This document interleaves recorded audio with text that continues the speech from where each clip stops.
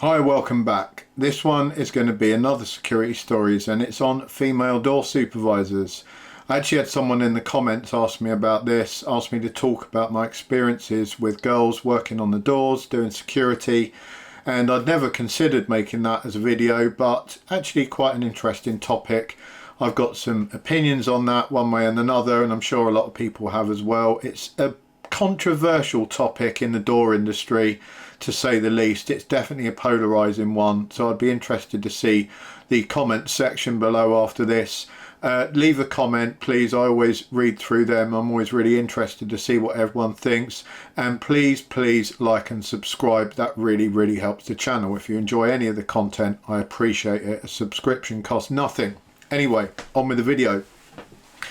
So back in the day when I first started doing the doors, there were really no female door supervisors. You know, we had girls working the tills, we had girls working the bar. Sometimes we would get those girls to help us. So if there was like an incident in the toilets and we felt uncomfortable about going in there, we would usually ask the bar girls to go in there first and kind of scope it out, see what was going on, and then we would follow behind, just to make sure that we weren't perceived as kind of going into a female only area and doing anything, you know, unpleasant, or getting accused of anything unpleasant. So it was kind of a liability situation for us.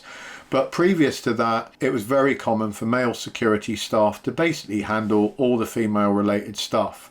And this was before searches really came into fashion. That's also quite a recent thing. But previously in clubs, people didn't generally get searched. Anything came in and out because we didn't have massive amounts of knife crime or gun crime back then. And drugs were really something that wasn't widely considered a problem. I mean, if you remember the early 90s, if you'd have searched people coming into clubs back then you literally would have had no one in the club, because pretty much everyone that came in was off their heads on drugs, and the club owners etc. all had no problem with it whatsoever. As searches became a thing and we started to see increases in female violence, for example, violence from one female to another, that may have been attributed to maybe the changes in society as females developed this kind of girl power ethos during the mid to late 90s. We certainly started to see an increase in kind of female violence, in more male type attitudes from some of the girls, and that made it difficult for male doormen to get involved, because it's very hard for us to break up fights when girls are involved without having massive liability on ourselves, because as soon as we lay hands on a couple of girls fighting, there's always going to be the accusation that you touched them inappropriately. Because you imagine two people jumping all over the place fighting, it's only a matter of time before your hand accidentally brushes past a part of the body which they're going to consider you shouldn't have brushed past, and you're not going to have done that intentionally, but they're going to take it intentionally obviously, and they're going to try and sue you. So you don't want that. You don't want to be in a position that you're going to get in trouble, and you don't want to be in a position where they feel uncomfortable. So completely understandable.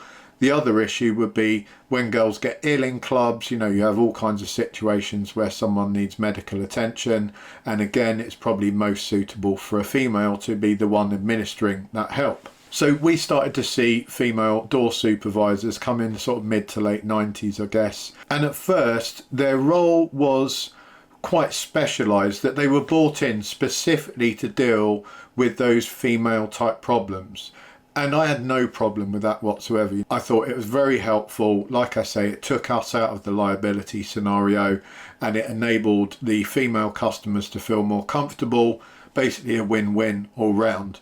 But as times changed, you know, the whole thing just melded in. So female door supervisors and male door supervisors all got lumped into the same bracket. There was no longer a requirement for a mostly male door supervisor team with a couple of females as backup for those specific situations. It just became, hey, we need 10 door supervisors, and there was no particular requirement as to what gender they were. So we had all kinds of female door supervisors, from good through to really bad, you know, and it was the same as guys, exactly the same situation.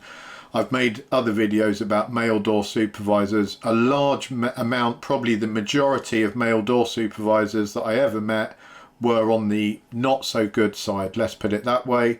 No one's surprised by that. It's a pretty low paid job. It was good back in the day, but as the pay went down, the quality of the staff went down as well.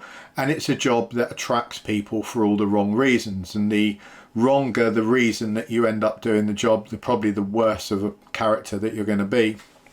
And that was no different for females. We had lots and lots of reasons that females were attracted to that work, and depending on the reason they were attracted, normally it was pretty easy to work out if they were going to be good or not. And I'll break down some of the sort of more stereotypical types of female door staff we would see. You had females that had, let's say, some issues with men in the past. You know, they'd been rejected at the school prom, they hadn't got the relationships underway that they wanted to, they became quite anti-men, they didn't like men very much, and they basically thought, hey, I'm going to get a job where I'm going to be really tough and I'm going to prove that I'm better than guys. I'm going to basically out-guy the guys and do some sort of physically violent job. But most of these girls had no perception of what violence actually was, and that's no different to guys. I met a lot of guys like that as well, that thought they were going to come in and act like Patrick Swayze in Roadhouse without actually having any perception of what a really unpleasant, violent situation was, and it was a big shock to them.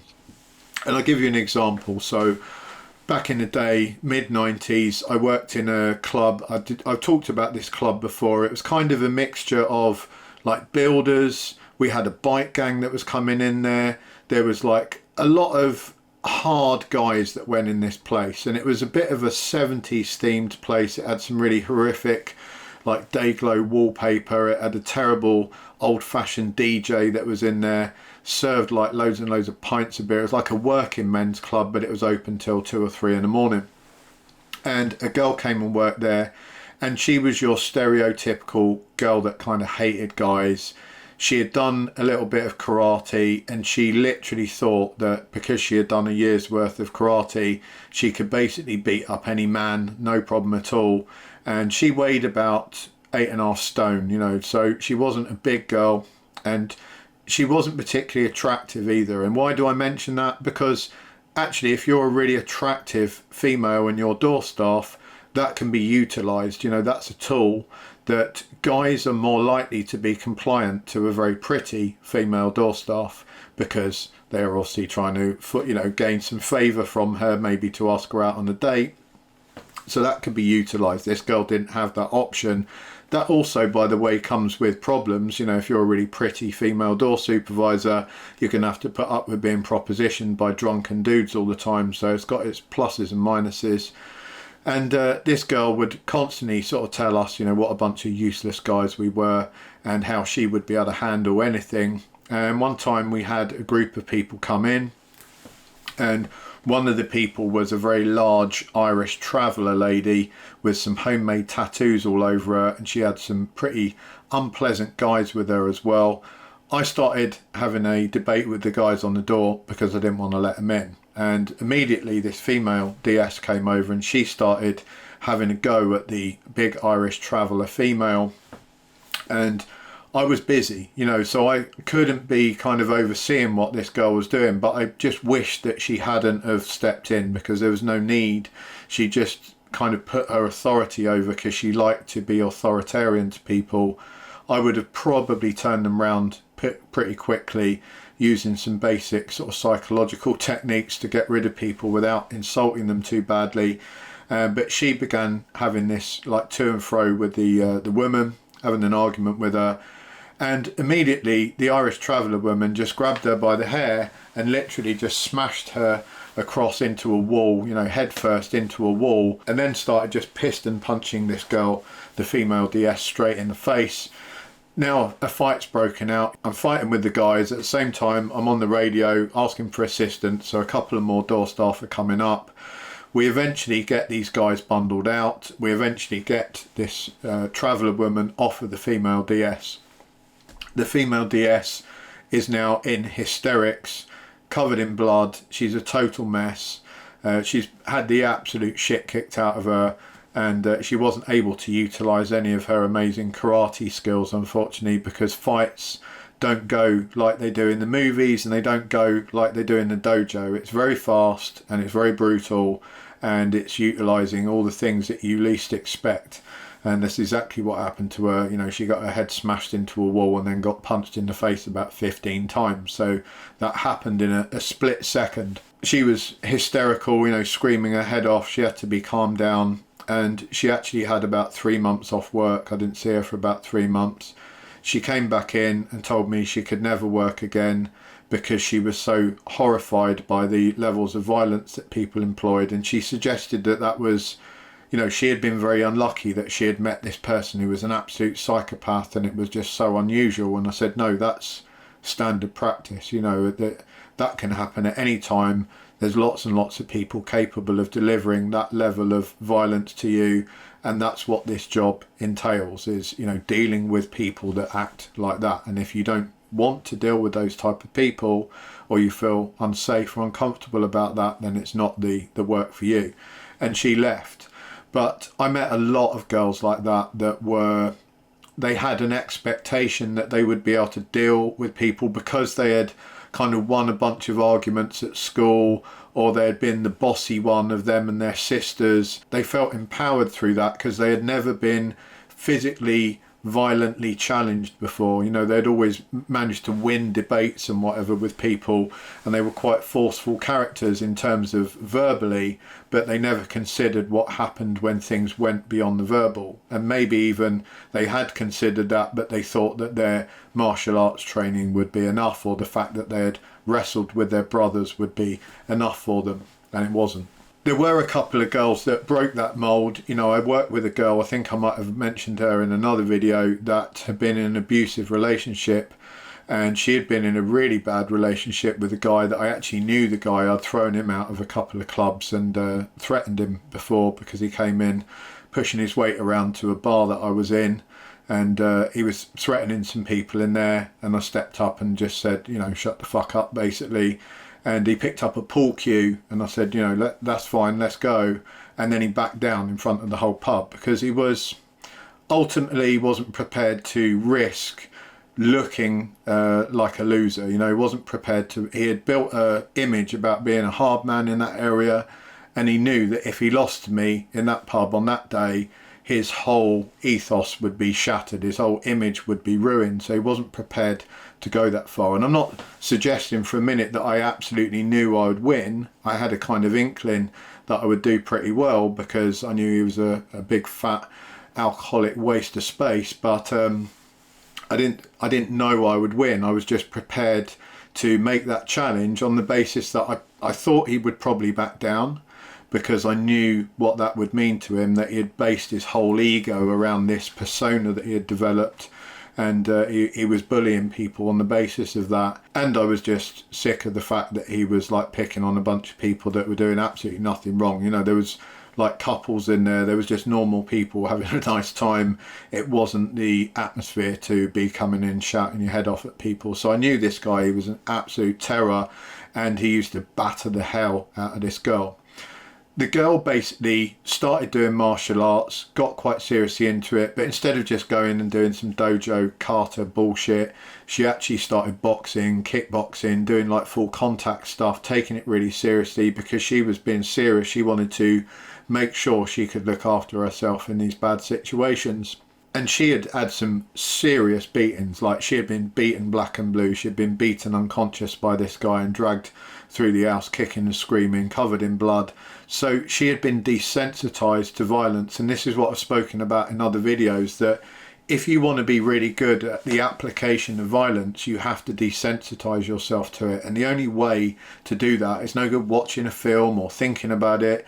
You actually have to be in a bunch of situations where you don't die, but you come out of the other side and realize, hey, I'm still alive. And that desensitizes you. You know, you become used to it. And she had had so much of this stuff that she was pretty brutal. She was also a really pretty girl, I might add, which is an unusual combination. You know, you don't see that many really pretty girls that are also desensitized to violence and capable of administering violence at the same time. So she had all this like pent up anger she had ability. She worked for us for quite a while, and I really liked that girl because she was really driven. You know, she had a lot of heart, a lot of ambition. She didn't let life grind her down. She took those beatings she received and she turned that anger around. You know, she was turning it back the other way, and I respected that. The only problem was that she kind of went a little bit too far. We had quite a few instances with her where she beat the crap out of people, and it would have gotten us all into quite a bit of trouble and the club into a lot of trouble. I remember one night we worked next door to a club, and the doorman next door were a bunch of arseholes. They worked for a company that was like really arrogant, and they would always talk down to us. They really thought themselves something. Female DS that I was working with, she goes next door, and this guy kind of steps in front of her and says, "All right, sweetheart, you know, what can I do for you?" And she says, "Well, you know, what do you mean? I'm the fucking door girl from next door. You know who I am. I just want to go up to the bar and speak to someone." I can't remember what she was going in there for, but I think her mate was working behind the bar or something. So the guy's carrying on, and he kind of puts his hand and pushes it on her chest as if to say, "You ain't coming in," but he does it in like a rude way, and he's also trying to sort of flirt with her at the same time. So it's pushing her buttons, because the last thing this girl wants after being with a complete controlling arsehole is some moron to kind of step up to her, flirt with her in an inappropriate way, and put his hand on her uninvited. So she's basically kicked him in the bollocks, then she's kicked him in the head as he's bent down. She's just like soccer kicked him straight in the face. And then when he's gone onto the floor, she's got on top of him and just punched the shit out of him. And then she's walked back in to see us, and she's covered in blood. She said, "Oh, it didn't go so well in there. I think they might make a complaint about me." And I've looked, and she's got like blood spattered up the front of her shirt, and we're like, "Oh, no, no, no." So we said, "You go home for the night, you know, we'll get it sorted out." The guy did come in about 3 hours later, and he was in a bit of a mess, and he wasn't a small guy, I might add, you know. So it just goes to show she used deception. So you don't have to be the bigger person to win a fight, but deception's important, because he didn't think she was capable of that. She didn't tell him what she was going to do. She didn't pause a second. As soon as she felt threatened, she went for him, you know, and she went for him in the most violent way possible. And she had trained in that repeatedly. She had been in violent situations before, so she had all the right recipes together. But using that deception and getting in there quick, she was able to overpower him, because it wasn't what he expected. So that's why she was able to overpower this much bigger guy.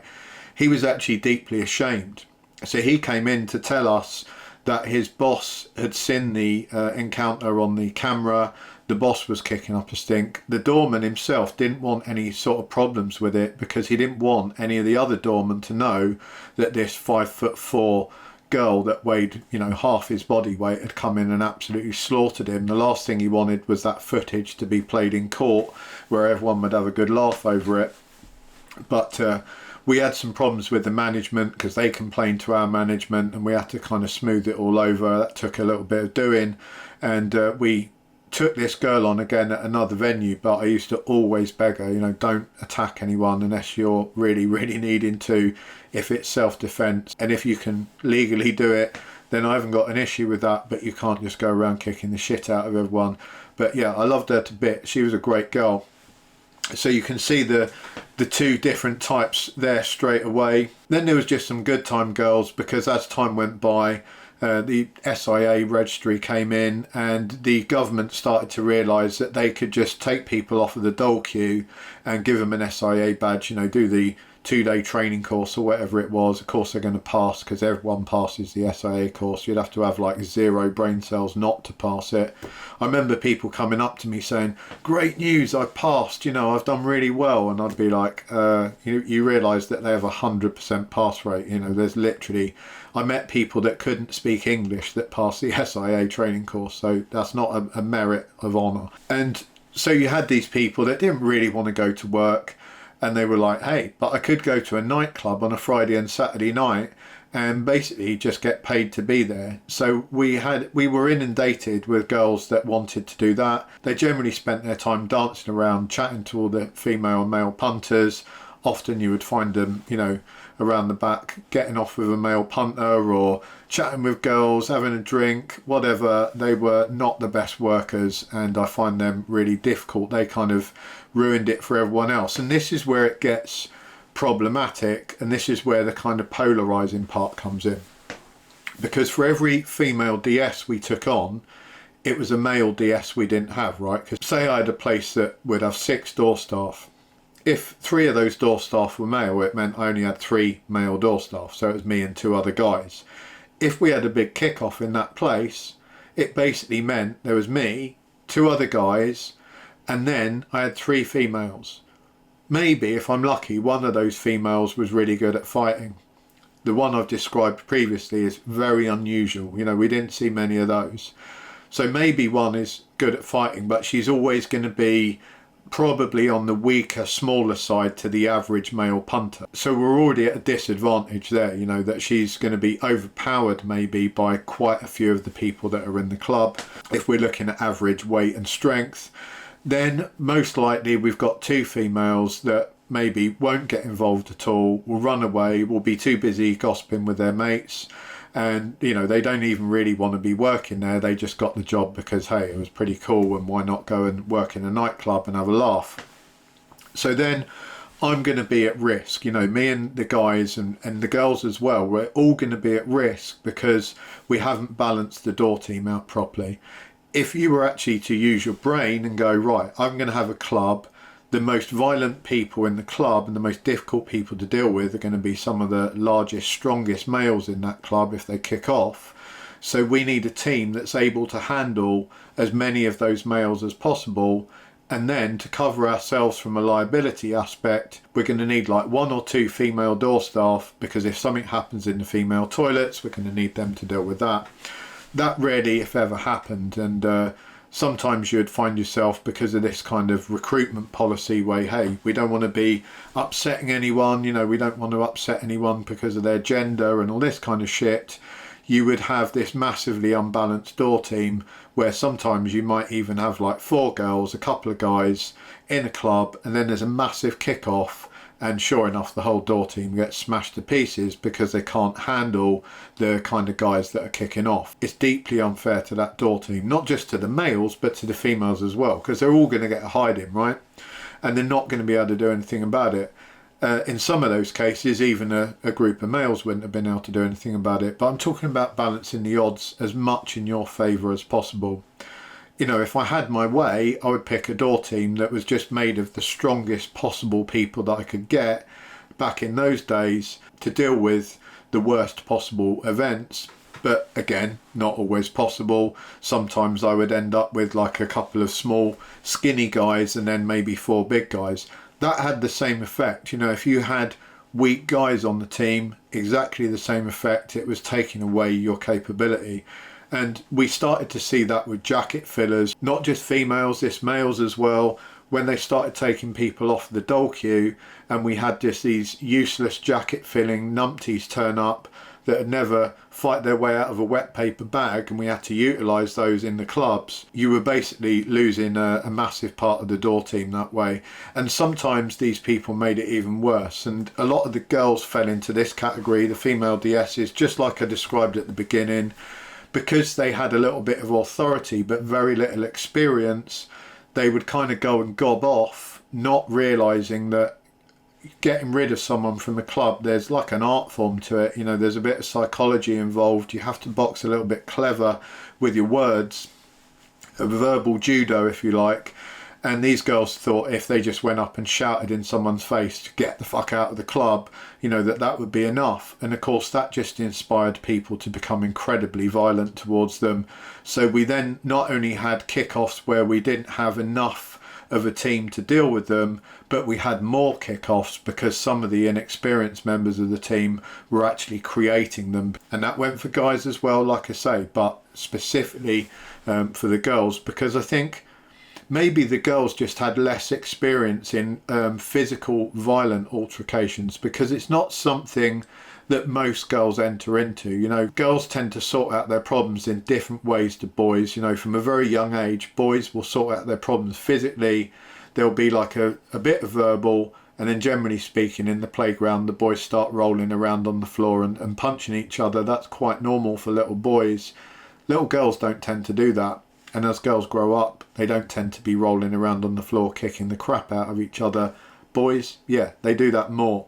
So I think that's the level of inexperience, that the girls just didn't have that kind of background, and then they're suddenly thrown into a situation where they're expected to deal with physical confrontation in an experienced manner, and they didn't have anything to pull from. We also had a couple of female door staff that, I don't know a polite way of putting this, I don't know if it was the reason they got the job, but they basically would just sleep their way through half of the customers in the club and pretty much every male doorman you could imagine. I was kind of mates with a couple of these girls because they did make me laugh, but they were basically there just to get absolutely railed. They went back night after night with as many doormen as they possibly could, and if they ran out of doormen to go out with, they went out with customers from the club. A couple of them weren't actually bad looking, you know, they were nice girls. I think they must have had a difficult upbringing, you know, to make them behave like that. They definitely had crazy tendencies. I mean, you know, they weren't girls that I would like take home to my mum and say, hey, I'm thinking of entering into a relationship. They were kind of high on the hot crazy scale, let's put it that way. But they also used to cause problems. They used to cause problems in the door team itself, because they would be sleeping with one doorman and then a couple of weeks later they would move on and they would be sleeping with another one. Then these two door guys would be at it and they would want to kill each other. I would have to sort that out and I would have to send one to a different venue, so that caused me issues. It was just a massive pain in the arse. And then we had the same thing with customers. You know, a couple of these girls would sleep with some of the male customers, and then the male customers would be arguing with each other, so we had kick-offs between the customers because the female door staff had been sleeping with them. Now that's not just a female problem, because the male door staff were 10 times worse, but they were doing it to girls. So slightly different, that we used to have quite a lot of angry girl customers turn up and argue with each other because one had slept with the male doorman one week, the next week another girl had slept with him, and these two girls both thought that they should be with this guy, and they would be arguing. But the situation would generally be easier to deal with because that wouldn't lead to like an incredibly violent confrontation. It would lead to a verbal argument which eventually settled down when both the girls that I would normally talk to them and say, look, that guy's an arsehole, you're both arguing about someone that you don't want to go out with anyway, he's a shallow idiot and you should just leave him to his own devices and go and find a nice guy. And they would generally bugger off and do that. But you couldn't really do that when it was males arguing about the female DS. So that was another level of issue. Female door staff were 100% necessary. And like I said before, they fulfilled very specific roles that males couldn't fulfill. So they were needed. But great care has to be taken about how they're utilised, because you have to understand you're there to create a strategic advantage so that you can deal with any possible situation, and if you deteriorate that advantage by having an imbalanced team, then you're going to pay the price. So it needs to be clearly thought about, and you need to throw out any of this sort of you know, just equality for all bullshit, where in a job where there's danger involved and violence involved, people sort of virtue signaling and saying, hey, anyone can do this, it's all equal rights and whatever. That's just not true. You know, you're endangering the staff, you're endangering everyone in the venue, so you really got to think about that. I would say the same for the police force. I've seen this a lot with the police force, where there's this just equal policy of just employing everyone. There's no thought about the strategy to that. You know, if you're going to a violent protest and you've got a load of people who are 5'2" and weigh virtually nothing, that's going to be a big problem for your team. That needs to be considered, but everyone's kind of forgotten that because no one likes to talk about the realities of violence, right? That's the nature of living in 2024, I'm afraid. Let me know. I hope you found that interesting. Let me know what your experiences have been with female door staff, whether you've worked with them, whether you've been a customer. Maybe you've been one of the male customers that the girls predated on. I don't know. Let me know down in the comments. I look forward to reading them all. I try to answer any that I can. Take care. I'll catch you all next time.